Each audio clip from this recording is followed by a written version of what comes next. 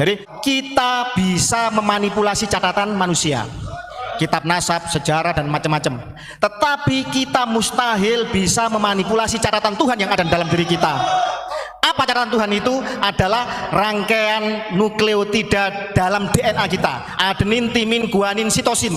Dan ini kalau Pak Alawi mengaku sebagai keturunan lurus ke Sayyidina Ali, ke Imam Husain bin Ali, artinya harus punya haplogrup J1, punya kode FGC 30416 Husain bin FGC 10500 punyanya Imam Ali. Kalau tidak ada ini berarti mutlak batal, gagal secara ilmu pengetahuan. Tidak terbantahkan bahwa mereka bukan keturunan lurus laki-laki ke Sayyidina Ali bin Abi Thalib. Pertanyaannya, dari pakar genetik internasional, Bani Alawi ini yang mengaku Sayyid atau Sadah Hadramut ini, itu terkenalnya Sadah Hadramut itu apa haplogrupnya? Haplogrupnya bukan J1, saudara-saudara. Artinya kalau bukan J atau E, kalau itu Arab Berber Afrika Utara. Kalau bukan J berarti dipastikan mereka bukan keturunan laki-laki orang Arab. Bayangkan, Arab saja bukan. Apalagi Ibrahim, apalagi Ismail, apalagi Quraisy, apalagi Bani Hasyim, apalagi Muhammad atau Ali, cucunya Abdul Muthalib, apalagi Al-Husaini. Mereka bukan orang Arab. Mereka bukan orang Arab. Keturunan laki-laki ya, kromosom Y. Nah, jadi gitu. Itu yang pertama. Jadi Bani Alawi bukan keturunan dari Ibrahim atau Ismail atau Quraisy atau bawahnya lagi siapa? Bani Hasyim atau Ali atau Husain. Jadi klaim mereka mutlak batal sesuai dengan ilmu pengetahuan dan kajian ilmu genetika. Itu yang pertama. Yang kedua, mereka berhaplogrup apa? G. Kalau tadi J1, ini G-nya G2. Tapi G sendiri sebelum pecah menjadi G1 dan G2 muncul pertama kali bermutasi di Kaukasus. Nah, di dalam genetik mereka ada beberapa kode yang kode ini ketika dirunut jelas leluhurnya dari mana saja. Jadi catatan leluhur kita kan dibentuk oleh materi leluhur kita. Dari ayah, dari ibu. Nah, ini menyumbangkan materi genetiknya. Kalau dari garis ayah berarti kromosom Y. Ini dari ayah kita, kakek kita, mbah buyut kita laki-laki, terus garis laki-laki hingga ke atas. Berapa puluh ribu tahun baru bermutasi. Gitu. Nah, dari kajian genetik kromosom Y, haplogrup G ini ditemukan PF3296. PF3296 ini nanti ada P303, ada macam-macam ke bawah. Dan ini sudah diisbat oleh situs DNA-nya Yahudi internasional namanya jewishdna.net, bahwa di situ ada 2 sampel Asgaf dan Jamalulail yang diakui sebagai bagian dari keluarga Yahudi internasional. Jelas? Itu yang pertama. Itu yang kedua. Pertanyaannya kan gini, Yahudi kan dari Israel. Israel kan nama lain dari Yakub. Yakub punya 12 putra. Yakub bin Ishak bin Ibrahim. Ibrahim punya putra juga Ismail. Berarti kan harusnya kan haplogrupnya kan J1 sama dengan keturunan Bani Hasyim atau keluarganya Rasulullah. Kan gitu harusnya. Ini Yahudi yang asli. Yahudi yang J1 ada. Yang keturunan dari 12 suku putranya dari Yakub bin Ishak bin Ibrahim. Harus J1 dan ini ada. Dan mereka sekarang berdemo di jalan-jalan di New York, di seluruh dunia, mengecam pembantaian negara Zionis Israel kepada Palestina. Dan mereka tinggal selama berabad-abad di Palestina dengan damai, berdampingan dengan Islam, berdampingan dengan Nasrani di Palestina sejak zaman Salahuddin Al-Ayyubi menaklukkan Yerusalem, yang dipuji oleh seluruh ahli sejarah adalah penaklukan yang paling beradab, yang tidak ada pembantaian kepada perempuan dan anak-anak. Ini Yahudi Abrahamik yang asli. Loh, kok ada? Berarti ada yang nggak asli? Ada.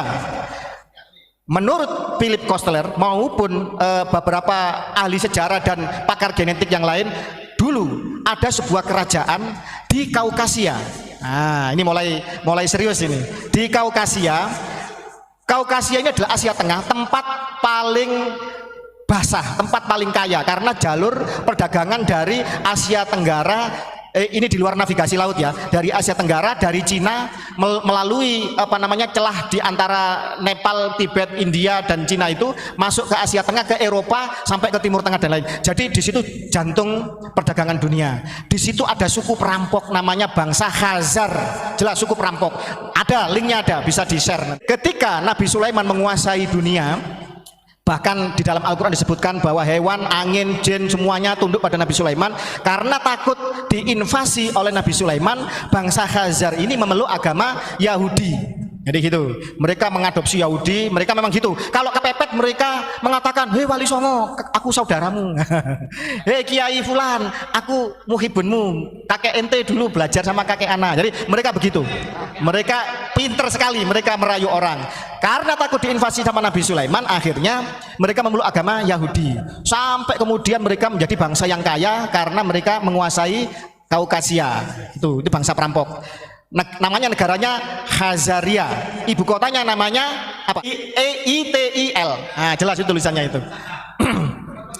Di manuskrip yang lain ditulis Atil, ibu kotanya Khazaria. Kemudian mereka diserbu sama Mongol, diserbu sama Rusia dan lain-lain, akhirnya runtuh, tercerai-berai. Lah sebelum tercerai-berai pernah terjadi surat menyurat antara Perdana Menteri Andalusia zaman Abdurrahman ketiga di awal abad ke-10 Masehi, itu yang bernama Hasdai bin Sabrut, Perdana Menterinya Andalusia. Makanya di zaman itu disebut Golden Age atau abad keemasan, karena semua agama bisa berdamai, bisa hidup rukun, punya jabatan-jabatan mulia di luar Islam di dalam Bani kerajaan Andalusia Umayyah yang ada di Spanyol atau Andalus. Lah ini terjadi surat menyurat, hei Raja Yosef, apakah engkau memeluk agama Yahudi sejak kapan? Engkau apakah keturunan dari mana? Dari jalur mana? Keturunan Ishak dari mana? Ini katanya Hasdai bin Sabrut, Perdana Menteri Andalusia yang Yahudi ini, kepada Raja Yosef Khazaria. Kata Raja Yosef, kami bukan keturunan Ibrahim, tapi kami keturunan dari salah satu putra Nuh. Ada Sem, ada Yapet, ada siapa satunya? Siapa namanya itu? Ini salah satu putra yang nanti menurunkan As-Samiri, bangsa Samaritan, menurunkan Musa As-Samiri dan macam-macam. Yang menurut Syekh Imran Husain, nanti di Kaukasia ini ada Ya'juj Ma'juj. Ya ini bangsa yang nanti bangsa perampok, yang bangsa nanti akan menyusup ke semua negeri. Dan kemudian jelas bahwa mereka menganut agama Yahudi bukan dari jalurnya Ibrahim, tetapi karena mereka mencangkok ke agama Yahudi. Setelah kemudian tidak lama diserbu sama bangsa Rusia. Kerajaan Rusia menyerbu mereka. Setelah Mongol mereka semakin lemah, hancur lebur, tapi mereka sudah berdiaspora ke seluruh dunia. Jadi gitu. Salah seorang pakar genetik yang kami undang ketika saya menjadi moderator di seminar kebangsaan meneliti nasab Nabi di Nusantara di UIN tanggal 26 Agustus kemarin di UIN Jakarta. Dr. Ari Kaim, dia seorang profesor dapat gelar profesor juga dari Filipina, peneliti di BRIN juga. Dari garis laki-laki beliau itu adalah ke Abrahamik melalui jalur Ishak. Artinya apa? Keluarga Yahudi, garis laki-laki. Tapi beliau Muslim, ibunya ke Sunan Kalijogo, ke Ki Ageng Selo juga. Lah itu di dalam tradisi turun temurun ayah, kakek dan seterusnya ada doa. Ya Hasim, Hasim itu Allah maksudnya. Ya Tuhan, lindungilah kami dari kejahatan bangsa Khazar. Orang Yahudi yang asli sendiri itu berlindung kepada Allah, berdoa agar diselamatkan dari bangsa Khazar.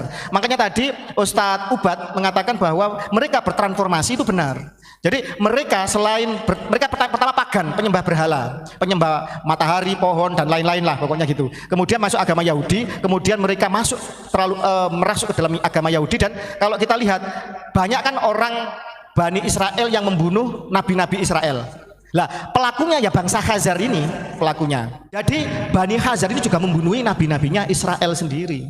Dan kemudian mereka masuk ke banyak agama, masuk ke agama Nasrani, masuk itu ada Yahudi kripto namanya, Yahudi yang beragama di luar Yahudi. Itu GP303, kode ini juga ada di Ba'alawi, ada di Pulau Ibiza Spanyol. Jadi ketika inkuisisi penaklukan Ratu Isabella pasukan salib kepada Umayyah, kalau nggak murtad dibantai sehingga banyak yang lari, itu sebagian kaum Yahudi lari ke Pulau Ibiza.